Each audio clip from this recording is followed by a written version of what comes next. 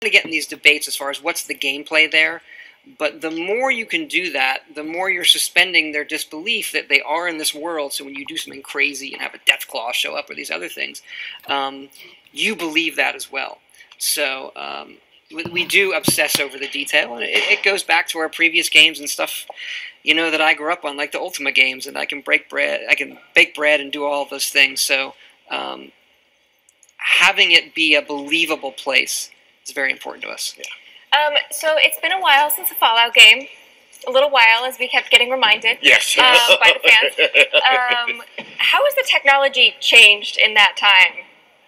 Well, clearly you have the next-gen consoles, and the PC can do a lot more now. And for the kind of things that we do, it's particularly the memory, actually. So having consoles with a lot more memory allows us to do big, dynamic things.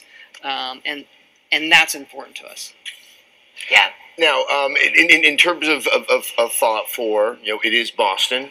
There's nothing wrong with Boston. In fact, I have to say, one of the most common questions I was seeing on Twitter from me was to find out if every small town in Massachusetts was somehow included in the game. You can just mash them all together, right, into one town. We mess with scale quite a bit. If you play Fallout 3 and you look at DC, you'll see that we do change scale up quite a bit to kind of fit what we want to do and change up the landscape. But yeah, we don't like sitting on the 405. I don't want to sit on the 405 in a video game. Even in the apocalypse, with all the cars removed, I don't want to do that. But I'm curious, was there a particular reason that you guys were drawn to Boston? There were a number. We did some things in Fallout 3 that kind of reference it. And you look around where you want to place a game, something like Fallout, and the Boston kind of New England area has this good vibe of American history, but also like high-tech stuff. And so it's a good fit for Fallout. Would you like a social media question? Sure. You're like, do I? bring it on. Do I? I don't have to answer it. But they're still going to win that wonderful set of figurines, yes. whether or not Todd is willing to answer this I question. did not get a figurine. Sorry, at Chauncey127, I think Paul, Todd's going to take your figurine. His question is, if you could choose a perk from Fallout to use in real life, what would you choose?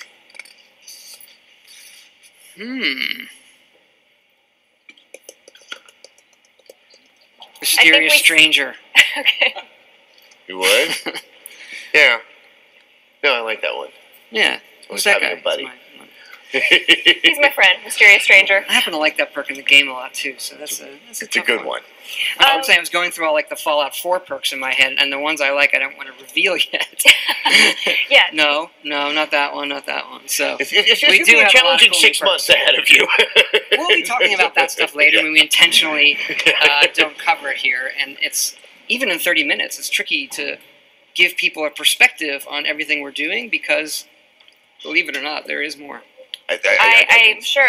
But something you did talk about, which I think got a big cheer from the audience, everybody was excited about, was the ability to create a settlement. This is something I'm personally excited about. I know that I'm going to spend my entire time making settlements. How important is that to the game if somebody doesn't want to build? Are they going to be punished for that? They don't have to. We've always done kind of loose decorating and house building in our previous games where you just buy a pack and someone decorates it. We notice people taking all of their items and decorating on their own. And when you look at Fallout, doing something like that it just fits. And so, those other games that do that, Minecraft and those kind of things, really inspire us. You'll see some of those inspiration on, looking at how people build these really complex machines just in Minecraft with some simple stuff. And we felt that we could do that in a really cool way with the world of Fallout and our tech allowing it. And I think it kind of raises the level of where I could do interior decorating, which is sad mattress in the corner and some airplane chairs over there. That's kind of where my brain is. But what really is neat, and it fits with that and more that you showed, is how everything in the game has this new sense of value. You get all those objects, you can break them down, and you can build so many objects out of it. Just from kind of a logistical perspective, I mean, how do you sort of account for how many things that can be made in the game and how many things can be turned into a component that can then be turned into something very fun and useful? Our designers crunch a lot of numbers, so we can look at how that breaks down. But there's also this moment like what feels right. Some of that stuff, and you'll see it in the video, is perk-gated. But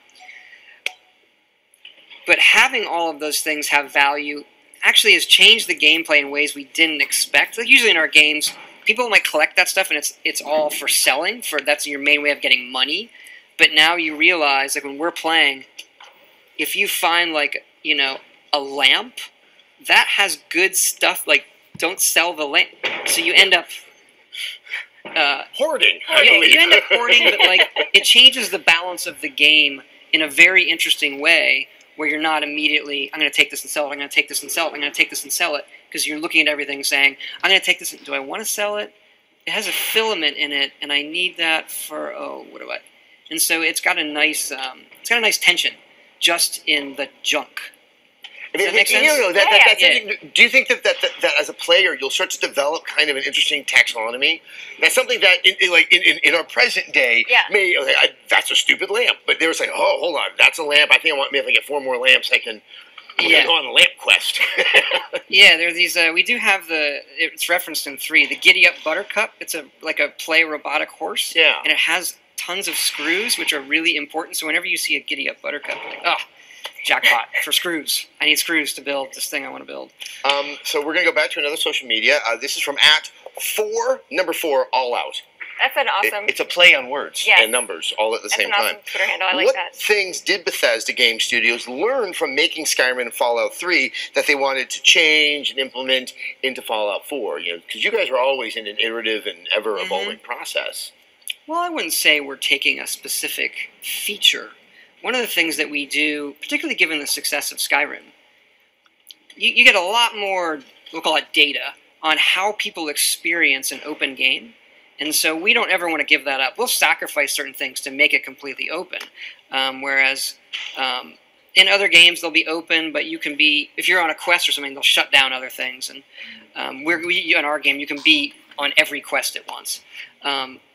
So I don't want to spoil anything, but one of the things I think that we've spent more time on is how does someone experience an open world and doing all these things, and how do we tell a really strong story along with that?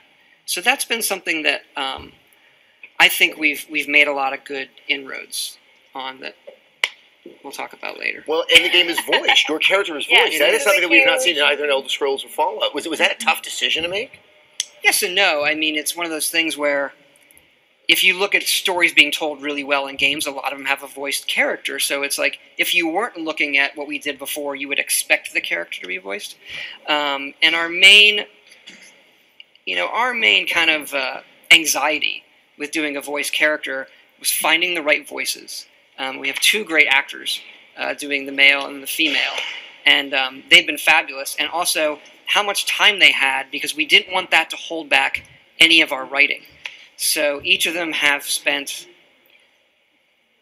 they've been recording stuff for the last 2 years. They've each recorded over 13,000 lines of dialogue. So it's a lot of time in the studio for an actor. And it's really come out great and allows us to do some storytelling and emotional moments that we quite couldn't hit before. We have something fun over here that I'm going to sneak off camera magic. You introduced it. And grab it. Oh, yeah, that's awesome. So we just saw a picture of this in the actual showcase, but we get to sit here and play with it. I know, you guys. Yeah. It's cool. Now, obviously, that's where your phone would go, and you had to have the second screen experience. Right. Obviously, you don't need this. That's a temporary screen right now. Right, that's... This is a fake little... Imagine and that's it where does phones have are. foam inserts, so it has foam inserts to really hold well all the popular smartphones. And you could probably even make a phone insert. I think it does come with one where you could, it's fairly easy. Yeah. It comes with a little stack of them. Yeah. It really came out great. It does light up, too. Like, it has... Does that oh, one there do is... it? I know. Let's see. The power button. Power button. Yep, so it does have power. That power doesn't do anything to your phone. That's all for touching.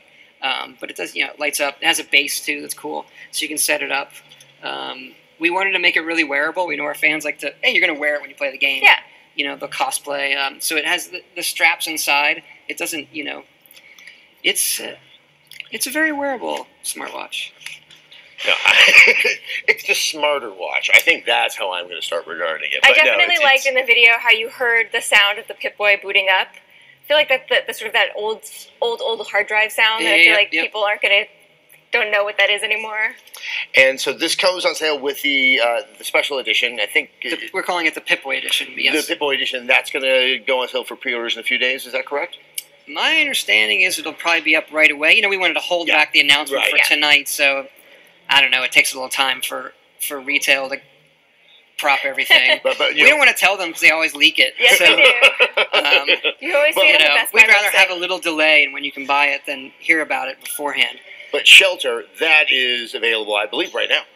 Yeah, Apple was, People they're pressing the are out button. there. It takes a while for the servers to kind of, roll across the globe. So I honestly don't know it depends what server You've you're been a little connected busy for the past couple of hours, I would Well, have it's to the say. first time we've done it, so I don't know, how long does it take to be available where we are? Yeah. Is it in a half hour or is it in 3 hours? Well, it really is the cherry on one sort of marvelous Sunday that we've experienced throughout this entire evening.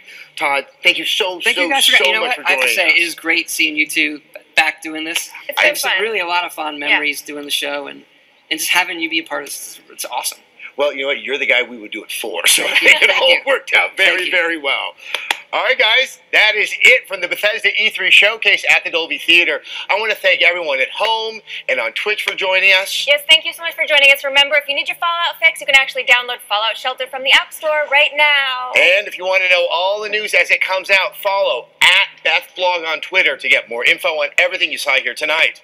Thank you guys so much for watching. All right, good Good night. night. Bye-bye.